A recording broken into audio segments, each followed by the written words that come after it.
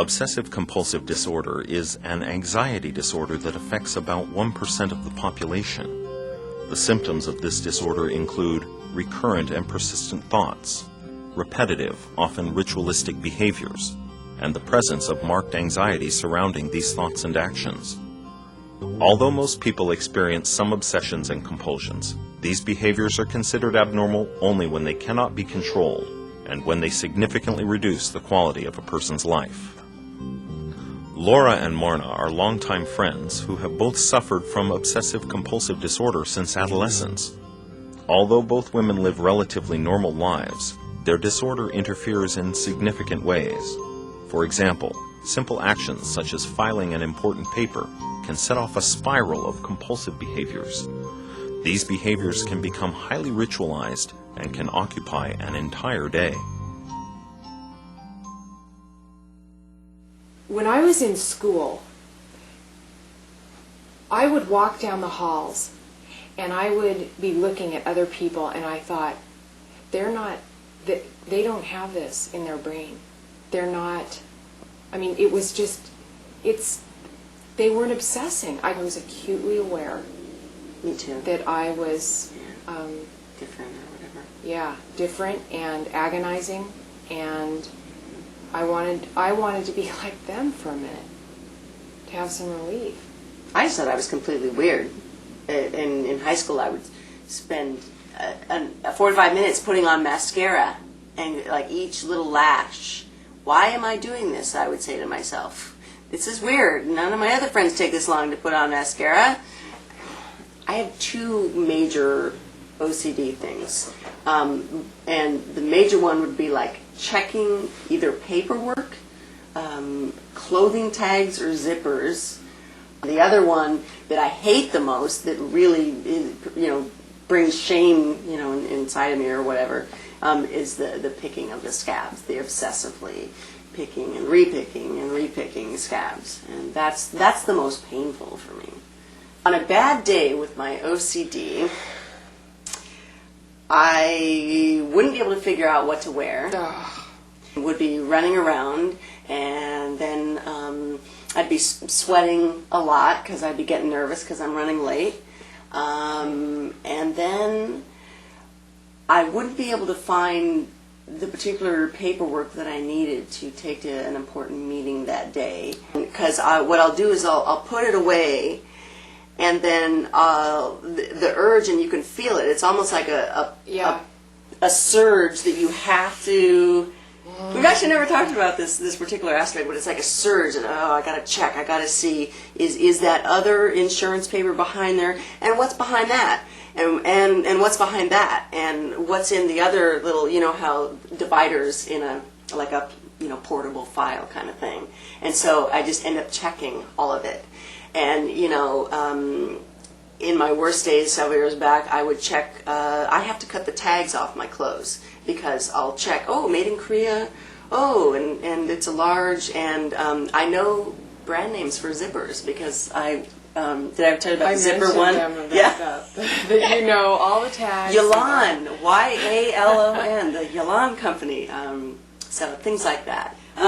Okay, but what I would do is, I'd have to feel, right now I'm wanting to feel the ledge. I'd have to feel it and go, okay, there's a ledge. Okay, where's the ledge? There's a ledge. Okay. And this is all in my mind kind of thing. And the one that's in my pillow, I would lift it up and down and up and down and up and down.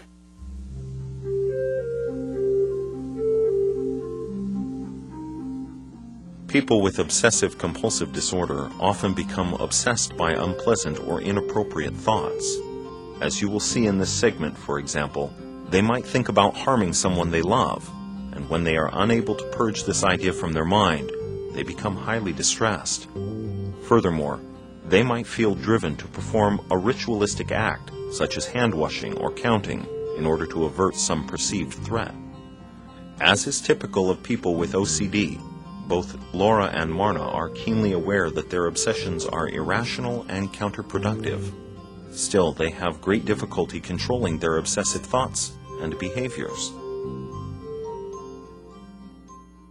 On a bad day, on one of my worst days, I was up all night, so 7 or 8 hours, trying to figure out what to wear. And I was aware that this was happening, and it was frustrating. It was sad, and I didn't know how I was going to get out of that. But I had to figure it out. So, but that's 7 or 8 hours, and then I was exhausted, and then I had to go to school. So, and I knew that it was going to affect my whole next day. But what do you do? I mean, I just couldn't figure it out. So that's 7 or 8 hours ruminating on that, and you had maybe it wasn't quite 7 or 8 hours, but it was so 4 hour.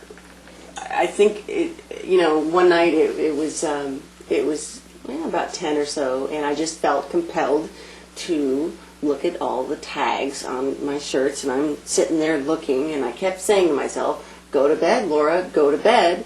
And instead I just would check the tags, and I finally, maybe about like 2:30 or so like 4.5, 5 hours later, I just was like, oh, must go to bed, and finally made it. But I was so mad at myself, and it's embarrassing, and I think, normal people don't do this, I try not to go grocery shopping anymore. I avoid it at all costs. Okay, so I'm going to the produce aisle, and I'm getting some celery. And which bunch do you take? And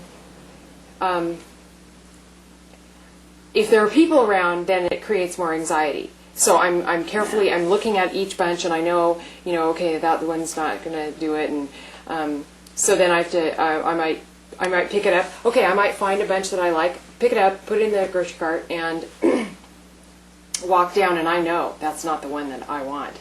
So I'll just kind of strategically, okay, as soon as that customer goes down to the next aisle, I'll go back and get that other bunch that I thought, yeah, that's the better bunch. Sometimes I just have this compelling urge to step on the gas and just go. And then if a pedestrian's crossing the street, and I will have this compelling urge to run them over. And I've never done that, and I learned that if you get into a situation like that, you can just put the car in neutral, and that will help. And I have done that at times, because I just don't want to deal with the urge or the fear of actually running them over. I've been walking down the street with a friend and felt the urge to just push him into traffic, and so I thought, let's just go over on the other block, walk down the other street. So, and I don't think that I would ever do it, but I have the thought nevertheless, and it's disturbing. During the 1990s, researchers made great strides in developing treatments for people with OCD. Today, a combination of behavior therapy and medications can reduce obsessive-compulsive symptoms in nearly 60% of those who suffer from this condition.